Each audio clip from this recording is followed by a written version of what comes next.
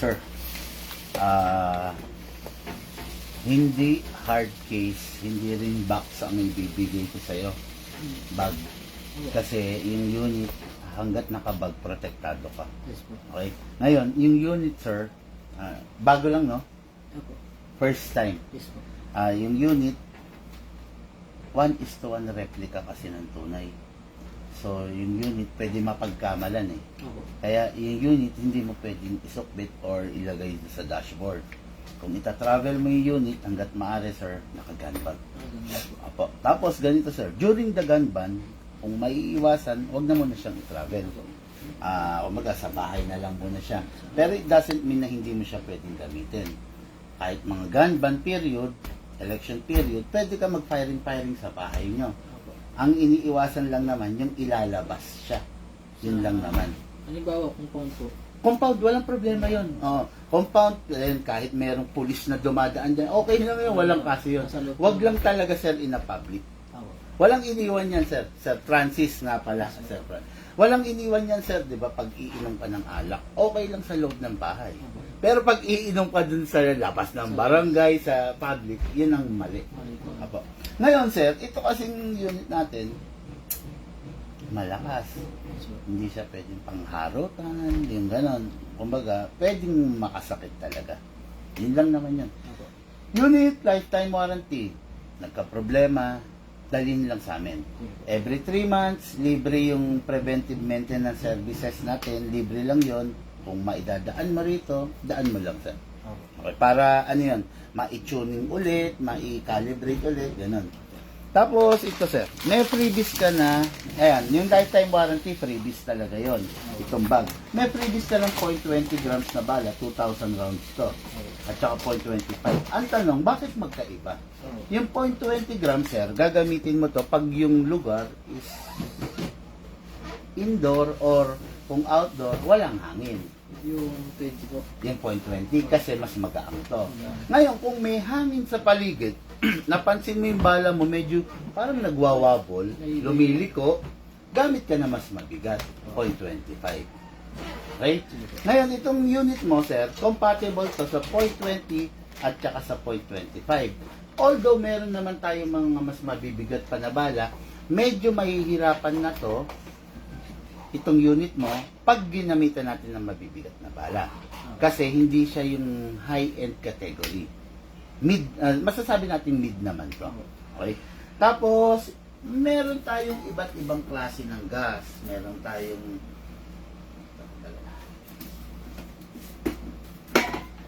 number 12 and number 14. Ito po, yung number 14, ginagamit po ito sa mga rifle. Sa Rifle na gas type. Ito pong number 12, ito po yung compatible sa unit nyo. Kahit anong brand, okay lang, basta ang makikita mo is number 12. Number 12. Oo. Halimbawa, itong ibang brand to. Ito. Pero mapapansin mo, meron siyang number 12. Oo. Wag na lang po tayong gagamit ng number 14 kasi masyado maprepare sa unit, prone siya sa pagkasira. Okay.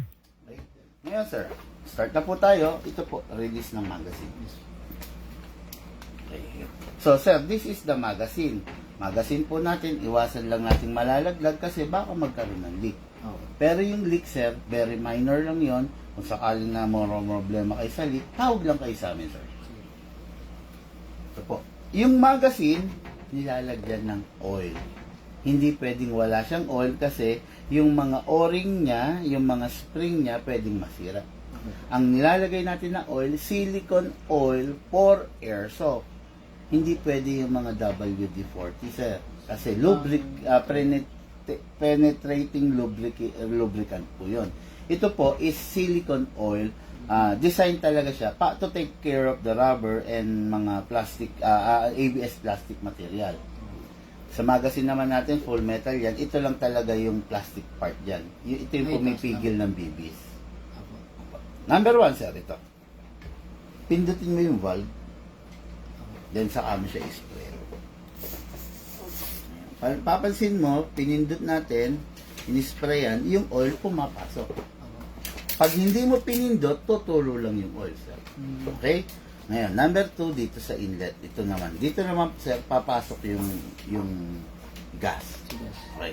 Konti lang naman, sir. Apo. Sa unit, kasama mo, i-lock mo to manually, then spray dito sa itim. Sige. Yan. Okay, yun na yun. Tapos, wag mo nga hatakin to pababa. Apo. Mapupudpud, mauupod. Pull back mo lang. Para mag-release yung ano. Yes, sir. Then, release. Okay?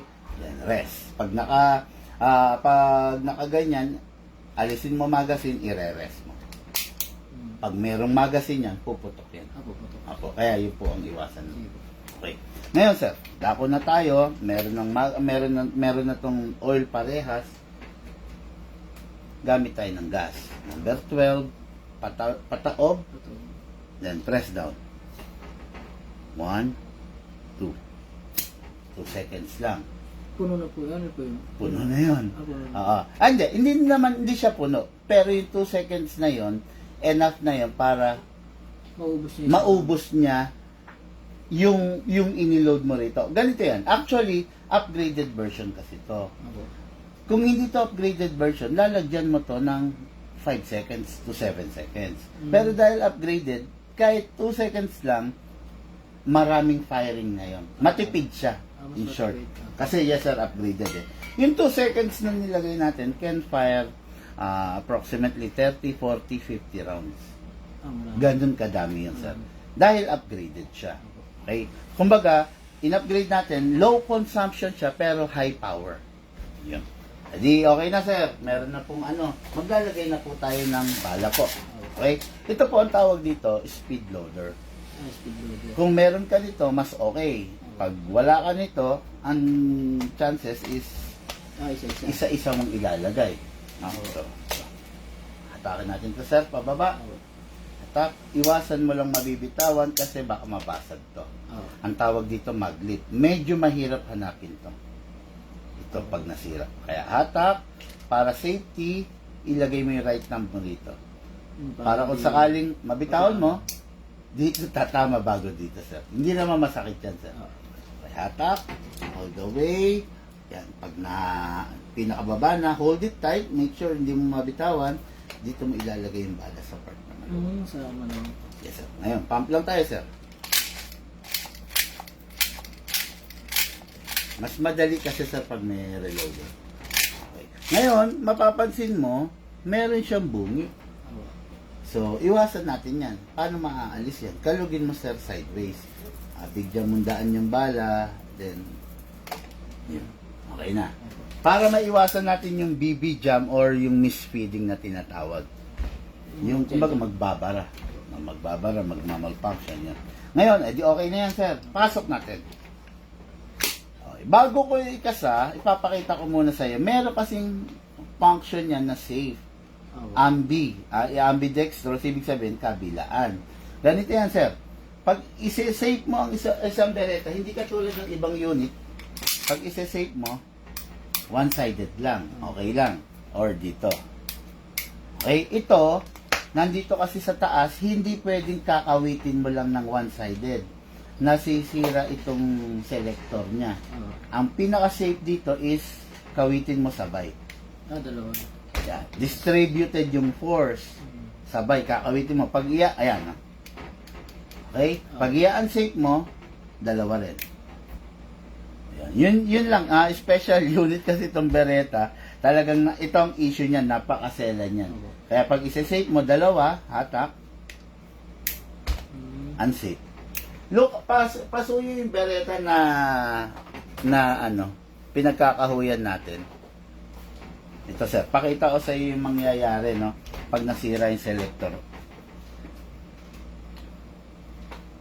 Swerte mo, paano ba kung nasira, kung may pyesa kami, may pinagkakahuyan. Kasi katulad nito, mapapansin mo nasira na yung selector niya. Yan, ganyan ang mangyayari niya mga karso po. Ayan. Masisira yung selector. Ayan. Mapepersa kasi. Kaya ang pinaka-safe talaga dyan, dalawa sabay, then unsafe, dalawa. Okay, ayan na. So, nandyan na yung magazine, di ba, sir? Meron na rin gas, may oil na. Kakasana natin. Okay, then bitawan mo, sir. Huwag mo ibabalik. Okay? Ready to fire po ito, sir. Yes, po. Apo, ayan po yung target natin. Look, video, firing po.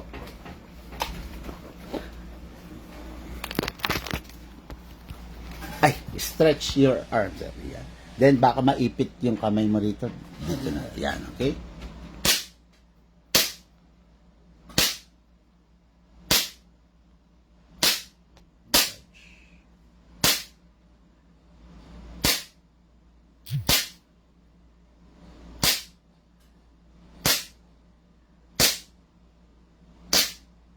Yan ata. Ano po ba?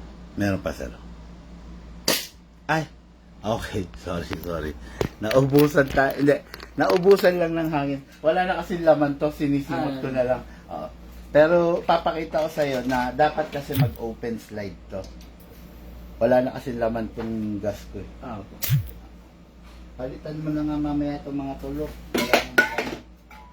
Ay, siya nga pala sir, no? Yung isang bote, isang canister, good for ano yun, 30 rounds. Sorry, 50 refill. 50 refill. Apo, 50 refill. Kaya madami-dami naman po.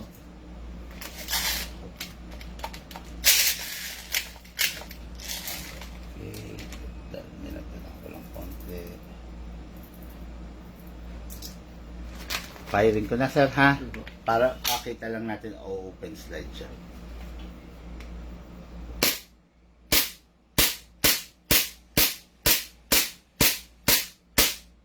Open slide.